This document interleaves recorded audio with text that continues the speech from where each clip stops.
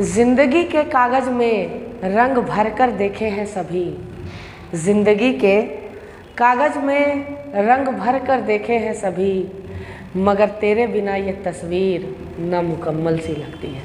नमस्कार, मैं दीपक कुमार सोनी आप सबका दीपक जी एस एकेडमी में बहुत बहुत स्वागत करता हूं। दोस्तों, जिस प्रकार से हम मॉडर्न हिस्ट्री के श्रृंखला को लेकर चल रहे हैं, ठीक उसी प्रकार से हम झारखंड सीरीज की श्रृंखला को भी लेकर चल रहे हैं। और इस झारखंड सीरीज की श्रृंखला को लगभग आर्ट एंड कल्चर के हम लोग अंतिम दौर में हैं। 1, 2 क्लास 3 क्लास और होगा जिसमें आर्ट एंड कल्चर आपका समाप्त हो जाएगा। उसके बाद फिर हम लोग झारखंड के इतिहास या झारखंड के भूगोल में प्रवेश करेंगे, जहां से आपको बहुत ज़्यादा फायदा होगा और आप इस सीरीज से जुड़ें ताकि आपका बेहतर तैयारी हो सके झारखंड सीरीज का या तो फिर मॉडर्न हिस्ट्री सीरीज का। आने वाले दिनों में पॉलिटिकल साइंस, इकोनॉमिक्स इत्यादि ये सब कठिन सिलेबसों को हम लोग पूरा करवाएंगे। और यदि आपने पिछली वीडियोस को नहीं देखा तो आप प्लेलिस्ट के डिस्क्रिप्शन में जाएं, डिस्क्रिप्शन में प्लेलिस्ट का लिंक दिया हुआ है, वहां जाएं और पिछली वीडियोस को देखें।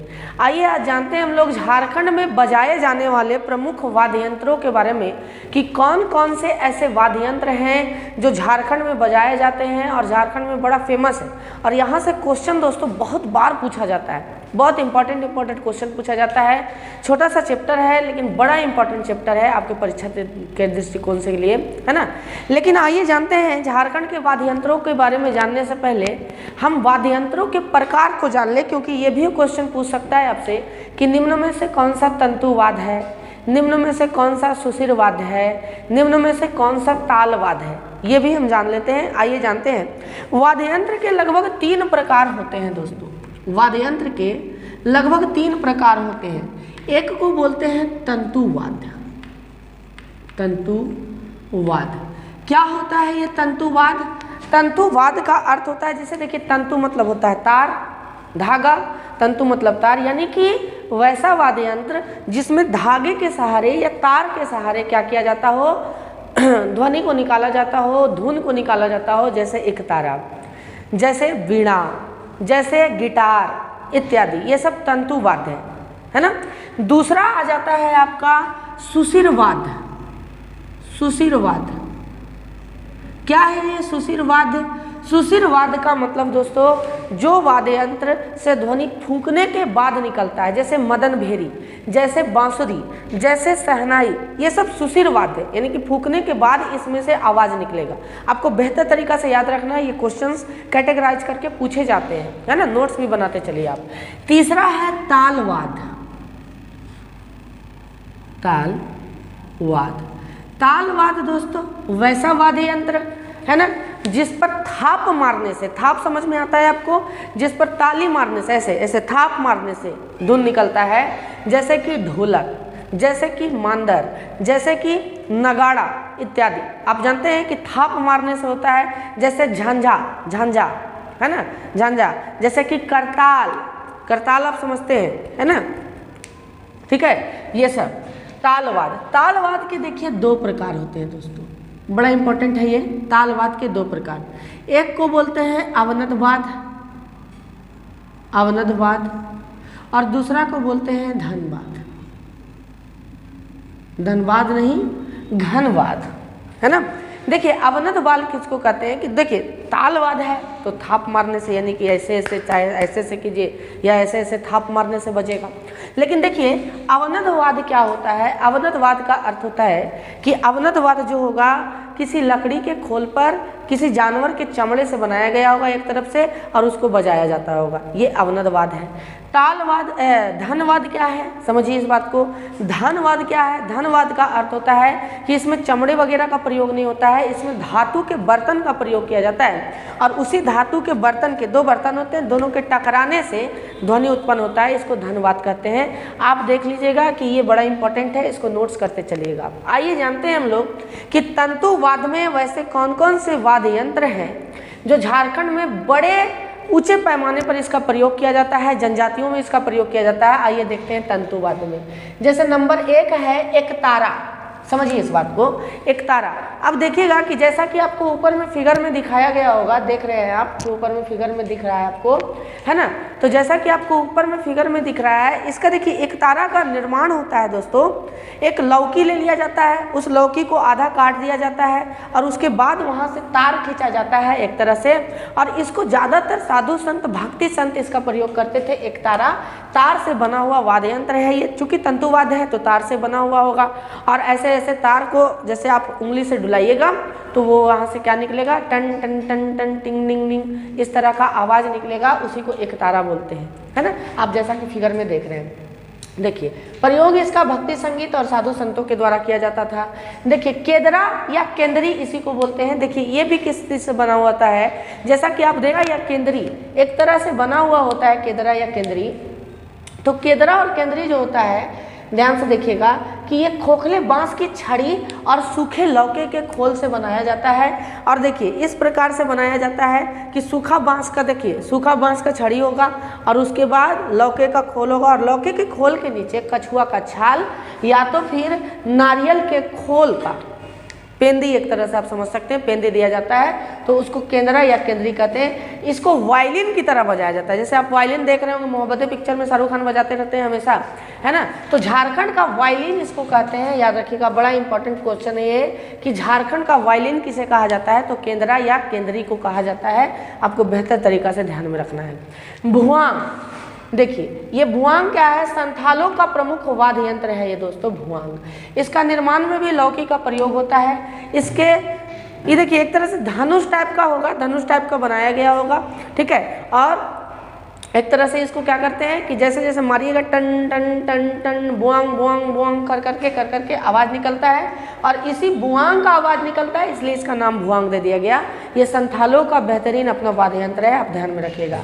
बनम का बात करें, ये भी संथाल जनजाति के द्वारा गीत के साथ गाए जाते हैं और इसको बजाया जाता है। ये देखिए नारियल के खोल को काट करके उस पर गोह, गोह आप समझते हैं एक प्रकार का जानवर होता है, गोह के छाल को मढ़ा जाता है और एक तरह से इस वाद्य यंत्र को बनाया जाता है, बनम को, है ना।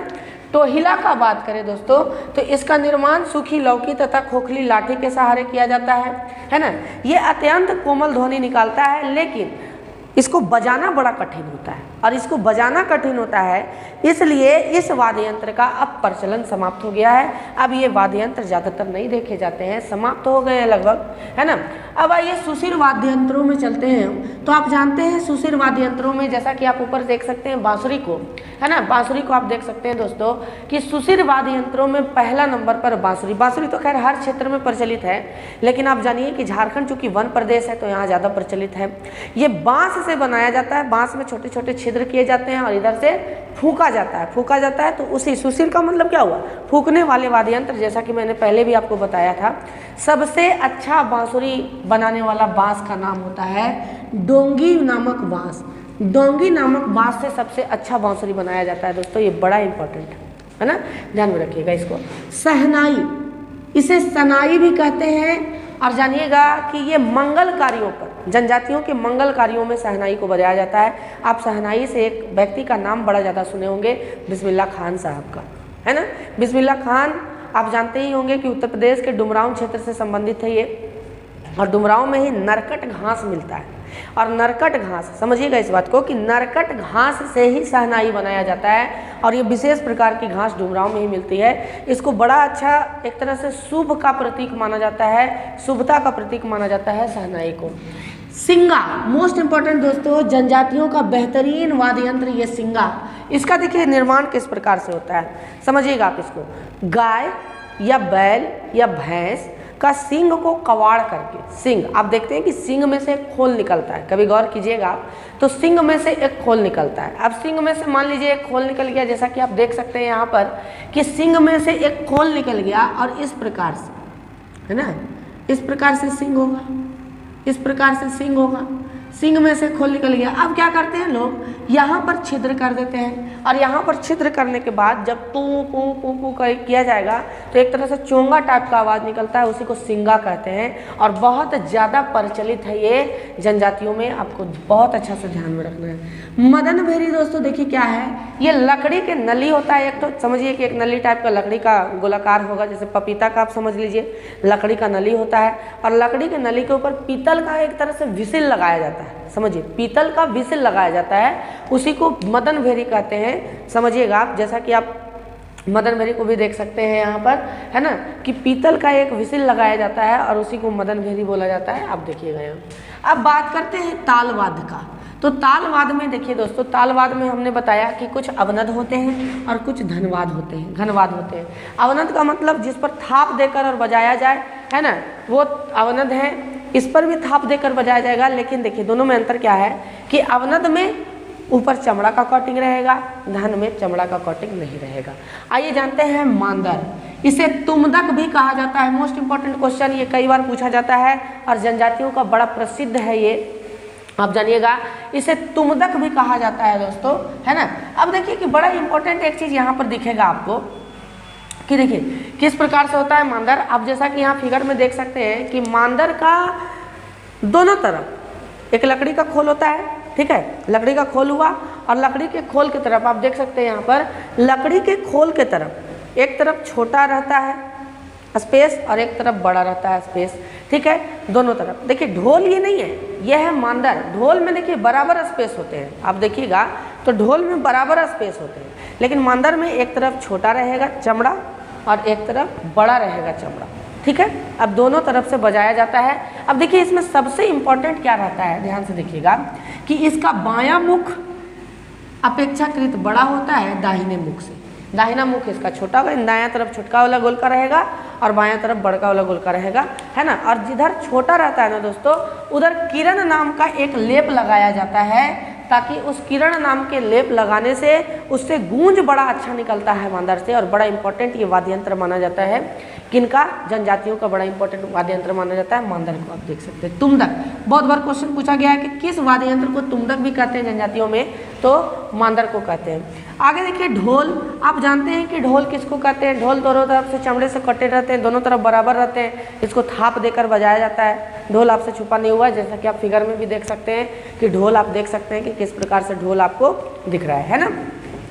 करताल का बात करें दोस्तों, तो करताल देखिए क्या होता है। बेसिकली करताल का मतलब देखिए क्या होता है, जैसा कि आप फिगर में देख सकते हैं कि करताल, वहाँ पर करताल आप देख सकते हैं कि करताल एक तो समझिए, सिंपल से समझिए कि दो ऐसे देख लीजिए, ऐसे दो गो कटोरी है, सपोज कीजिए कांसा का कटोरी है, बेल मेटल का कांसा का कटोरी है, और इन कटोरी के इधर छिद्र लगाया हो गया। जैसे समझिए इस बात को, जैसा कि आप फिगर में भी देख रहे हो, यहाँ भी समझा रहे हैं आपको। एक कटोरी इस प्रकार से है, यहाँ पर छिद्र है, यहाँ पर छिद्र है, और यहाँ पर रस्सी डाला जाता है ऐसे और ऐसे। और व्यक्ति बजाने वाले क्या करते हैं कि इसको अपने अंगुली में फंसा के रस्सी को और ऐसे ऐसे ऐसे ऐसे मारते हैं, तो बड़ा अच्छा ध्वनि निकलता है, इसी को करताल बोलते हैं। झांझ आप देखिएगा करताल का ही बड़ा रूप है, लेकिन झांझ एक तरह से होता है कि ये कटोरी टाइप का हुआ ना, वो चपटा होता है, जिसको झाल भी आप बोलते हैं, झाल बजाना। समझिए कीर्तन वगैरह में, अखंड कीर्तन में झांझ या झाल एक ही चीज़ होता है दोस्तों। तीसरा थाला, आप समझ सकते हैं थाला। थाला समझिए कि ये एक तरह से थाली टाइप का होता है, और मकई का रगड़ी लेकर, यानी कि मकई का जो हड्डी जिसको कहते हैं आप लोग, उसको लेकर बजाइएगा तो डन डन डन डन बजेगा। ये भी एक वाद्य यंत्र है थाला, आप देख सकते हैं यहाँ पर। नगाड़े की बात करें दोस्तों, तो बहुत महत्वपूर्ण, संथाल परगना और संथाल क्षेत्र में ये बड़ा फेमस है, और संथाल परगना क्षेत्र में इसको टमाक के नाम से जाना जाता है। किसके नाम से जाना जाता है, टमाक। संथाल जनजाति नगाड़ा को टमाक के नाम से जानते हैं, और ये जनजातियों का बड़ा प्रसिद्ध है ये। देखिए नगाड़ा क्या होता है, बेसिकली तीनों में अंतर समझ लीजिए। ढोल दोनों तरफ चमड़ा लगा हुआ होगा लेकिन बराबर होगा ढोल, ठीक है। मांदर इसके भी दोनों तरफ चमड़ा लगा होगा, लेकिन एक तरफ अपेक्षाकृत छोटा होगा दायां तरफ और बायां तरफ बड़ा होगा। लेकिन मांदर क्या होता है कि एक लकड़ी या मिट्टी का बड़ा खोल होता है एक तरह से, और इसके ऊपर ही चमड़े का कोटिंग किया जाता है, चाहे बकरी का या भैंस का या किसी भी चमड़ा का कोटिंग किया जाता है, और कोटिंग करके, है ना, इसको लकड़ी से बजाया जाता है। आप देखते होंगे पिक्चर वगैरह में, जो किसी को सूचना देना रहता था पहले गांव में तो करता था सुनो सुनो सुनो सुनो, तो एक तरह से वो नगाड़ा ही होता था दोस्तों, जो सुनो सुनो सुनो सुनो डिब डिब डिब डिब मार के करता था, है ना, वो नगाड़ा ही होता था। आप समझ सकते हैं, या फिगर में भी आप देख रहे होंगे, है ना, कि नगाड़ा किस प्रकार से है। देखिए घमसा या कुडुघटू, घमसा या कुडुघटू किसको कहते हैं, देखिए ध्यान से। हमने आपको बताया था कि छऊ नृत्य जो होता है वो वीर रस और श्रृंगार रस दोनों की प्रधानता हो। अब आप देखिएगा कि छऊ नृत्य में सेना का वेशभूषा में सब आदमी लोग करता है, मुखौटा वगैरह पहन के, है ना। तो जिस समय ओजपूर्ण दृश्य दिखाया जाता है उसी समय घमसा या कुडुघटू को बजाया जाता है ताकि दृश्य पूरी तरह से साकार हो सके, दृश्य का मतलब निकल सके, है ना। इसकी आकृति दोस्तों कड़ाही की जैसे होती है और इस घमसा को बनाया जाता है ना। देखिएगा काठी का बात करें तो काठी भी बड़ा फेमस है, पूछा भी जाता है, क्वेश्चन बड़ा इंपॉर्टेंट है कि देखिए ये कुर्ची की लकड़ी होती है, एक प्रकार की लकड़ी होती है कुर्ची।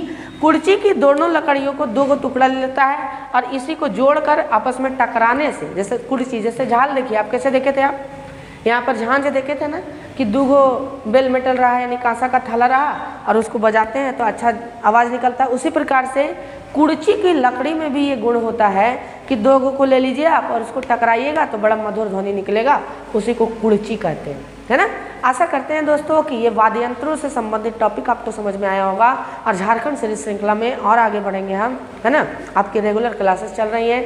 अगर आपको अच्छा ये लगता है वीडियो तो आप पूरा से पूरा समर्थन करें और ज़्यादा से ज़्यादा शेयर सब्सक्राइब करें दोस्तों, ताकि मैं और भी अंदर से मोटिवेट हो सकूं और आपके लिए बेहतरीन वीडियोस को ला सकूं, है ना, ऑफलाइन मोड के जैसा आपको फील हो।